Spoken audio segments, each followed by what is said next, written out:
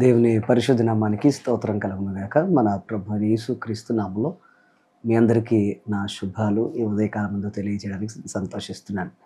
దేవునితో ఈ దినమని ఈ కార్యక్రమం ద్వారా మీరందరూ దీవించబడుతున్నారని నమ్ముతున్నాను. ఈరోజు దేవుడు మన కోసం సిద్ధపరిచిన అద్భుతమైన వాగ్దానాన్ని మనం స్వీకరిద్దాం. రాజుల 2వ గ్రంథం 20వ అధ్యాయము 5వ వచనం. నేను నిన్ను బాగు చేసేదను, నేను నిన్ను బాగు చేసేదను. నా ప్రియ సహోదరి సహోదరులారా, ఈరోజు ప్రత్యేకంగా ఈ వాక్యాన్ని ఒక్కసారి మనం జాగ్రత్తగా గమనిస్తే ఈ వాక్యంలో ఒక అద్భుతమైన విషయాన్ని మనం చూడగలుగుతాం.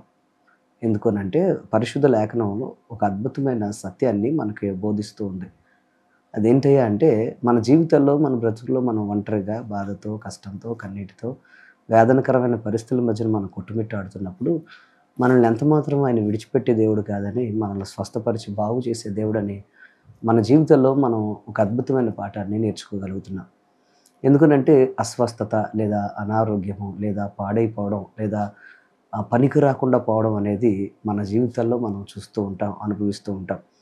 ఈ రోజున ఎక్కడ చూసినా కానీ బాగు చేయడానికి ఎంత ప్రయత్నం చేసినా బాగు చేసింది అది మంచిగా ఉంటుంది అనుకునే లోపలనే పాడు చేసేవారు దాన్ని పాడు చేసి ఎంతమాత్రం ప్రయోజనకరంగా లేకుండా చేస్తున్న పరిస్థితులను మనం చూస్తూ ఉంటాం. అస్వస్థత, అనారోగ్యము, అలాగే భయంకరమైన బాధాకరమైన పరిస్థితులు అనేవి మానవ జీవితానికి ఎప్పుడూ కూడా ఒక భయంకరమైన శోధనలాగా పట్టి పిడుస్తూనే ఉన్నాయి. ప్రియ తమ్ముడు, చెల్లి, ప్రియ సహోదరి సహోదరుడు, చాలామంది ఈరోజు ఈ వాక్యం చూస్తున్న మీరు కావచ్చు, చాలామంది ఈ లోకంలో ఇలా అనుకుంటూ ఉంటారు.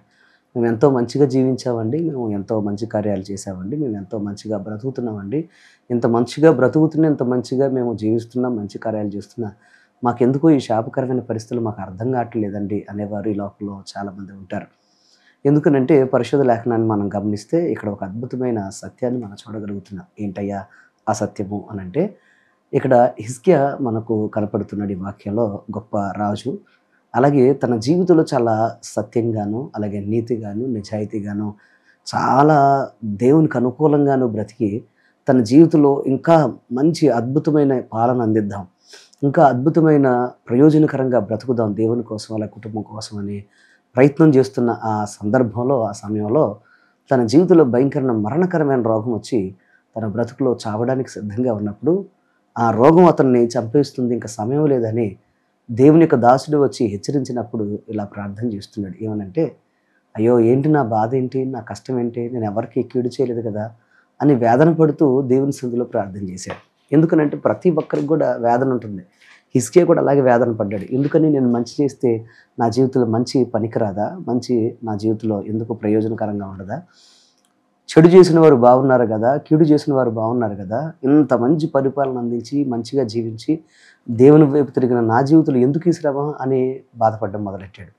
ఈరోజు ప్రియ సహోదరి సహోదరులే, వాక్యం చూస్తున్న మీ జీవితాల్లో కూడా ఒకవేళ మంచి చేస్తూ మంచిగా జీవిస్తూ, ఒకవేళ నీ బ్రతుకులో ఏ కీడు చేయకపోయినా అనేక మంది శత్రువులు నిన్ను వెంటాడుతూ నిన్ను బాధ పెడుతూ ఉంటే నువ్వు అనుకుంటున్నావేమో, నా జీవితంలో నేను ప్రార్థన చేసే ప్రయోజనం లేదు, భక్తి చేసే ప్రయోజనం లేదు, నా బ్రతుకులో ఇంత మంచిగా జీవించిన ప్రయోజనం లేదేంటి అని నీకు అనిపిస్తుందేమో. నా దేవుడు నీతో మాట్లాడుతున్నాడు, కంగారు పడకు. నీ దీనస్థితిలో, కష్టకాలంలో, కన్నీటిలో ఉన్నప్పుడు, బాధలో ఉన్నప్పుడు ఒక్కసారి ఆ యేసయ్యను తలుచుకోవడం ప్రారంభించు, ఆయన సన్నిధిలో ప్రార్థన చేయడం ప్రారంభించు. నువ్వు ఎప్పుడైతే ఆయన వైపు తిరుగుతావో నీ జీవితంలో అలుముకున్న మరణకరమైన పరిస్థితులు కూడా, భయంకరమైన వ్యాధులు, అనారోగ్యాలు, కష్టాలు, కన్నీళ్ళు అన్ని రకాలుగా నిన్ను ముంచివేయడానికి సిద్ధంగా ఉన్నా, నిన్ను పట్టుకోవడానికి సిద్ధంగా ఉన్నా, కానీ దేవుడిస్తున్న వాగ్దానం ఏంటంటే, నీ జీవితంలో నువ్వు చేసే ప్రార్థనను బట్టి దేవుడు ఆశ్చర్యకరంగా నీ మరణకరమైన పరిస్థితులను జీవంగా మారుస్తాడు.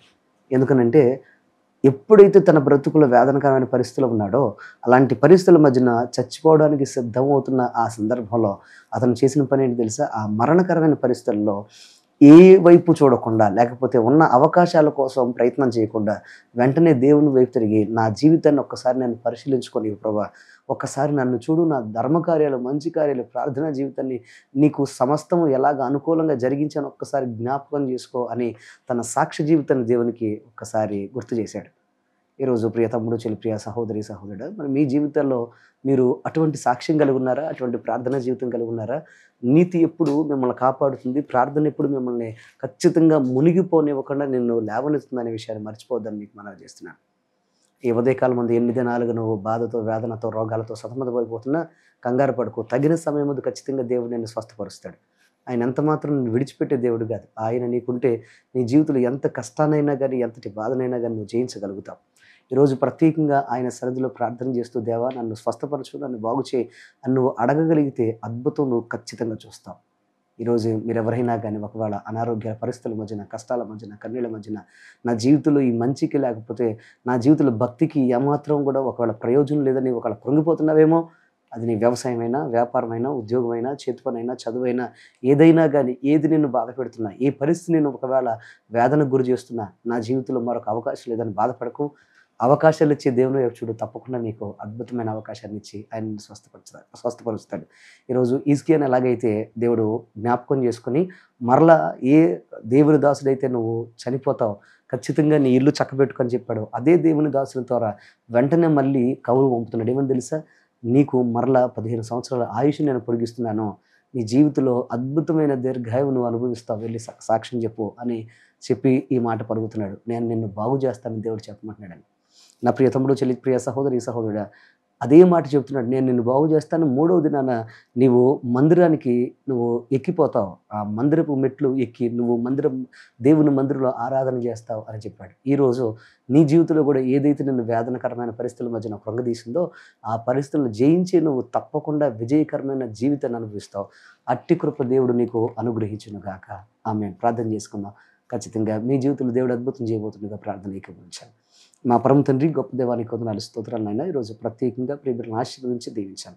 ఎంతమంది అయితే ప్రభా నీకు వందనాలు, స్తోత్రాలు ప్రభా ఈ వాక్యాన్ని ప్రభా విన్నారో, అయ్యా ఈ వాక్యాన్ని ధ్యానం చేశారో వారందరూ మీరు ఆశీర్వదించండి. అవును ప్రభా, బలహీన పరిస్థితులు, అనారోగ్యాలు, కష్టాలు, కన్నీళ్లు మా జీవితంలో మమ్మల్ని కృంగదీస్తూ ఉండగా నాయన, మాకు బ్రతుకు లేకుండా చేస్తూ ఉండగా నీ మాట మమ్మల్ని స్వస్థపరుస్తుందని, అలాగే హిజ్కియాని ఎలాగైతే స్వస్థపరిచి బాగు చేసి దీర్ఘాయువునిచ్చావో అలాగే మమ్మల్ని కూడా స్వస్థపరిచి దీర్ఘాయువునిచ్చి నాయన ఆరోగ్యకరమైన జీవితాన్ని, ఆనందాన్ని, ఐశ్వర్యాన్ని ఇస్తాను వాగ్దానం చేసినందుకు నీకు వందనాలు, స్తోత్రాలు. ప్రార్థనలో ఏకీభవించిన ప్రతి ఒక్కరి జీవితంలో ఈ ఉదయకాలం ముందు ఒక అద్భుతం జరుగును గాక. ఎవరెవరు ఏ కష్టంతో ప్రభావ ఈరోజు మోకరించిన వారి జీవితంలో ప్రభావ ప్రార్థనలు ఏకీభవిస్తున్న ఒక అద్భుతం జరుగును గాక. ఏ దేశంలో ఏ ప్రాంతంలో ఉన్నా వారు విజయకరంగా, దీవెనకరంగా మారేటట్లుగా మీరే కృప చూపించి అద్భుతం చేయమని, ఆశీర్వాదాలతో నింపి నడిపించమని యేసు నామమున అడుగుచున్నాము తండ్రి. ఆమేన్. దేవుడు మిమ్మల్ని దీవించును గాక. ఈ వాక్యం మీకు దీవెనకరంగా ఉంటే తప్పకుండా మీరు ఈ వాక్యాన్ని అనేక మందితో పంచుకోండి. God bless you. దేవుడు మిమ్మల్ని దీవించును గాక. ఆమేన్.